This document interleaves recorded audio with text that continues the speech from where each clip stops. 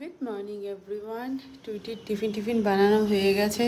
এখন যাব টুইটিকে বাসে তুলতে। ওই যে জুতো পরা হয়ে গেছে। কি জুতো পরা হয়ে গেছে? হ্যাঁ। জুতো পরে একদম রেডি হয়ে দাঁড়িয়ে আছে। আমি বলছি দাঁড়া, বাসের টাইম হোক, বাস মেসেজ করুক, তারপর তো বেরোবি। ও আগে থেকেই রেডি হয়ে গেছে।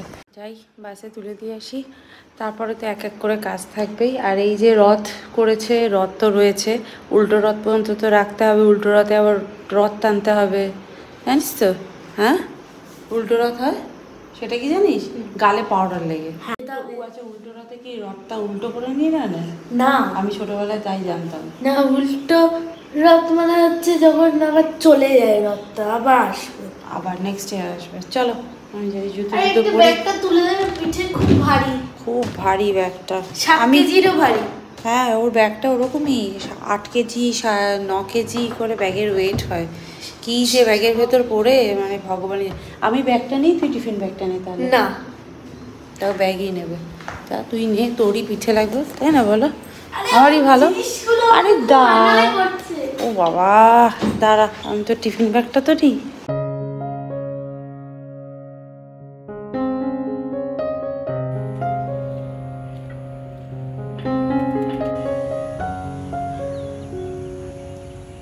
নিচে কোনো কৃষ্ণচূড়া ফুল দেখি না, কত উঁচুতে হয়ে রয়েছে। একটু নিচে নিচে হলে দেখতে কত ভালো লাগে।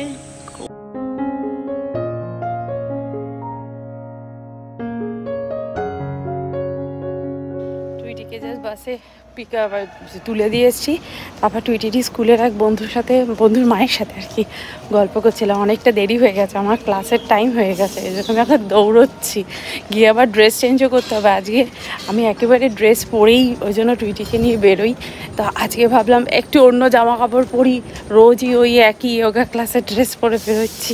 তো যাই হোক, আর গিয়ে কী বলো তো, আমার একটু চেঞ্জটা ভালো লাগে, মানে এক একটা পড়তে একই জামা পরে রোজ আসতে আমার খুব বিরক্ত লাগে। সেই জন্য ভাবলাম যাই। আর এদের বাড়ির জবা গাছটা এত সুন্দর আছে। এদের না ছোট্ট করে গার্ডেন করা আছে নিজেদের ফ্ল্যাটের সাথে। গ্রাউন্ড ফ্লোর তো, ব্যালকনিও আছে প্লাস গার্ডেনও আছে। একটা টাইমে আমি ভেবেছিলাম যে এই গ্রাউন্ড ফ্লোরে ফ্ল্যাট নেবো, তাহলে বেশ একটা নিজস্ব গার্ডেন পাবো। কিন্তু প্রবলেম হচ্ছে নিচের ফ্লোরে না খুব মস্কিউটো হয়, সেটা আবার আমার পছন্দ না। টুইটি তো তাহলে পাগল হয়ে যেত এই গ্রাউন্ড ফ্লোরে যদি থাকা হতো। বুঝলাম যে মানে সেম কনসেপ্টেই চলতো আমরা যেটা।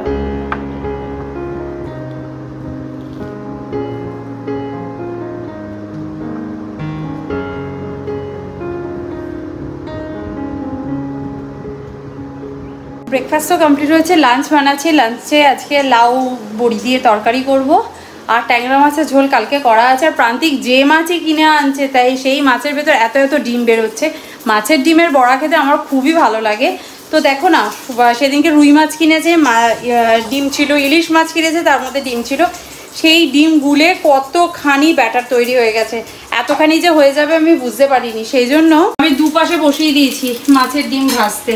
এখন দেখা যাক, আজকে তো এতগুলো তো খাওয়া যাবে না, কিছুটা আজকে খাবো, কিছুটা রেখে দেবো, কালকে ওইটা দিয়ে বড়ার ঝোল করে ফেলবো। কিছু করার নেই, কারণ এত ডিমের বড়া একসাথে তো খাওয়া যায় না। আর এগুলোকে ফ্রাই করতে হয় না, আমার ফ্রাই জিনিস খেতে একদমই ভালো লাগে না, কিন্তু কিছু করার নেই, করতে হবে। আর আজকে বিপত্তারিণী পুজো, সেই জন্য আমার বাড়ির দিদি, পরিষ্কার করার দিদি, সে ছুটি নিয়েছে। সকালবেলা ফোন করে বলছে তোমার কালকে বলতেই ভুলে গেছিলাম যে আমি ছুটি নেবো। তো যাও, প্রান্তিক মোটামুটি ঘরদোর আজকে ক্লিন করে দিয়েছে। প্রান্তিক আজকে অফিস যাবে না, বাড়ি থেকেই করবে। সেই জন্য বললো আমি ঘরটরগুলো একটু ক্লিন করে দিই, তুমি রান্নাবান্না করো, ততক্ষণ আমি স্নান করে আসি। আর একটা ট্র্যাশ ফেলার কাজ আছে, সেই ট্র্যাশটা তো ওই দিদিই করে দেয়, কিন্তু আজকে যেহেতু দিদি আসেনি, সেই জন্য প্রান্তিক বললো আমি ট্র্যাশটাই ফেলে আসছি। তো আমাদের এখান থেকে না পিক আপ করে, কিন্তু সেটাকে তোমাকে বাড়ির মেন গেটের সামনে, মানে আমাদের গেটটার সামনে রেখে দিতে হয় বাইরে। আর আমি সারা রাত ধরে বা ভোরবেলা ঘুম থেকে উঠে ওই নোংরা জিনিসটা আমি আমার মেন গেটের সামনে রাখতে চাই না, আমার ঠিক পছন্দ হয় না। মেন গেটের সামনে এরকম ট্র্যাশ রেখে দেওয়াটা আমি পছন্দও করি না, আর অ্যাজ পার বাস্তু সেই জিনিসটা খুব খারাপও।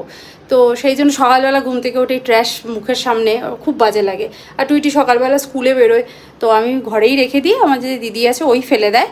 আবার ড্রাই ওয়েট হ্যান ত্যান এইসব ডিভাইড করে ফেলতে হয়, তো ওই ফেলে দেয় সব।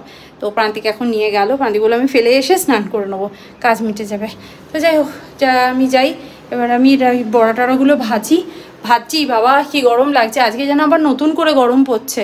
মানে কানাডায় থাকতে আমরা বলতাম নতুন করে ঠান্ডা পড়ছে যেন, আর এখানে বলছে নতুন করে গরম পড়ছে। মানে বর্ষাকাল, বৃষ্টি হচ্ছে, বাট আজকে তো সারাদিনে বৃষ্টি হয়নি। অনেক সময় দেখেছি আমাদের এই রাজারহাটে বৃষ্টি হচ্ছে, কিন্তু আমার বাবার বাড়ির শিয়ালদার ওখানে বৃষ্টি হয় না। তো বাবা বলে তোদের এখানে অনেক গাছপালা আছে, তো সেই জন্য এত ঘন ঘন বৃষ্টি। আমাদের এখানে কিন্তু অনেক বৃষ্টি হয়, মানে অল্প কিছুক্ষণের জন্য হয়, কিন্তু হয়। বাবা তো বলে, মাও বলে যে শিয়ালদায় একদম বৃষ্টি হয় না, গাছপালা কিছু নেই, কেটে কুটে দিচ্ছে সব, আর বৃষ্টি হবে কোথা থেকে বলো। দই তো আমি বাড়িতেই পাতি, বেশ সুন্দরভাবে দই জমে গেছে। তো কালকে পেতেছিলাম দুপুরবেলার দিকে, তো এখন দইটা বেশ ভালো পাতা হয়ে গেছে। এবার এর থেকে আবার কিছুটা দই তুলে আমি রেখে দিচ্ছি, কারণ কালকে আবার এই দইটা দিয়ে আবার নতুন করে দই পাতা হবে। তো কি সুন্দর হয়ে গেছে দেখো। বাড়িতে কিন্তু এখানে ওয়েদারটার জন্য না খুব ভালো দই পাতা যাচ্ছে। কানাডা বা ইউএসএতে না ভালো করে দই পাতা যেত না, এত সুন্দর জমতোই না। আর এমনি কস্কোর দইগুলো ভীষণই ভালো হতো, তবে মাঝে মাঝে আমি পাতার চেষ্টা করতাম, কিন্তু এতটা ভালো না হতো না, জানি না কেন। ওয়েদারের জন্যই হবে। তাও ওভেনে রেখে আমি করার চেষ্টা করি, অনেকেই পাততো, কিন্তু জানি না কেন আমার খুব একটা ভালো হতো না। বাট আমি ভাবতাম বোধহয় আমি ভালো করে দই পাততে পারি না, বাট এইখানে কিন্তু আমি বেশ ভালোই দই পাততে পারছি। তো যাই হোক, এটাকে পুরো বাটির গায়ে মাখিয়ে রেখে দিই, দিয়ে একটু হালকা উষ্ণ গরম দুধ দিয়ে দেবো, হয়ে যাবে। বুঝলি না কি আবার হবে।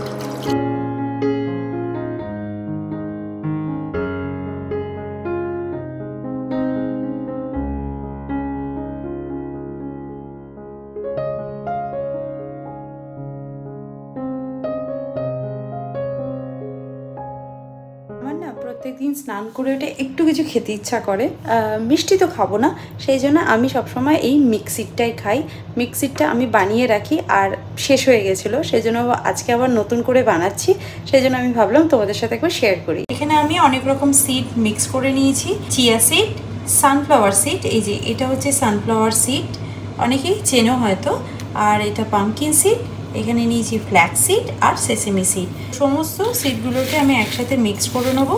আর এটা খেতে কিন্তু বেশ ভালোই লাগে, যেমন বাদাম খেতে বেশ ভালো লাগে সেরকমই মিক্স করে নিয়ে জাস্ট 1 চামচ এভরিডে আমি খাই। আর এটা আমি স্নান করে ওঠার পরেই জেনারেলি খাই, কোনো দিন বিকেলবেলা চা খাওয়ার আগেও খাই, যদি ভুলে যাই দুপুরবেলা খেতে। এটা হেলথের জন্য তো ভালোই, আর সব থেকে ভালো হচ্ছে চুল আর স্কিনের জন্য ভীষণ ভালো। এতে কিন্তু হেয়ার ফল অনেকটাই কন্ট্রোল হয়, সেই জন্য রেগুলার বেসিসে কিন্তু এই মিক্স সিডটা খাওয়া খুব ভালো। আমি যখন কাজ করি না, ল্যাপটপের পাশে আমি এই কন্টেনারটা রেখে দিই, তখন এক এক সময় মনে হয় এখন কিছু একটা খাই, তো তখন আমি এটা ওই মুখ শুদ্ধির মতন বলতে পারো, তখন আমি এটা খেয়ে থাকি। খেতেও বেশ ভালো লাগে আর টেস্টিও লাগে কিন্তু।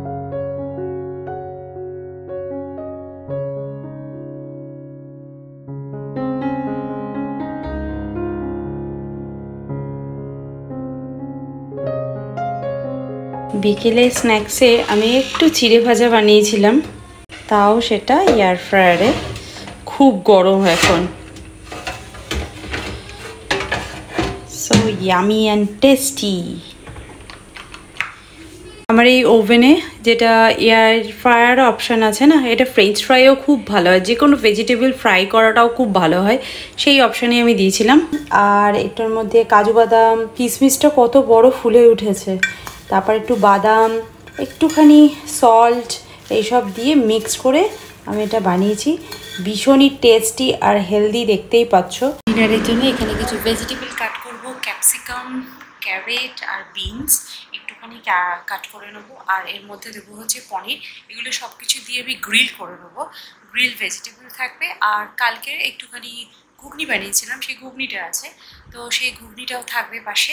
আর তার সাথে থাকবে রুটি, রুটির আটাটা মাখবো আর রুটিটা করবো, তাহলেই হয়ে যাবে।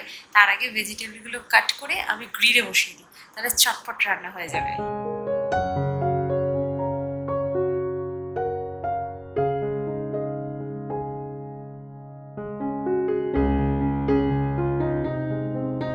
এখানে আমি ভেজিটেবলসগুলো কাট করে নিয়েছি, ক্যাপসিকাম, ক্যারেট অ্যান্ড বিনস।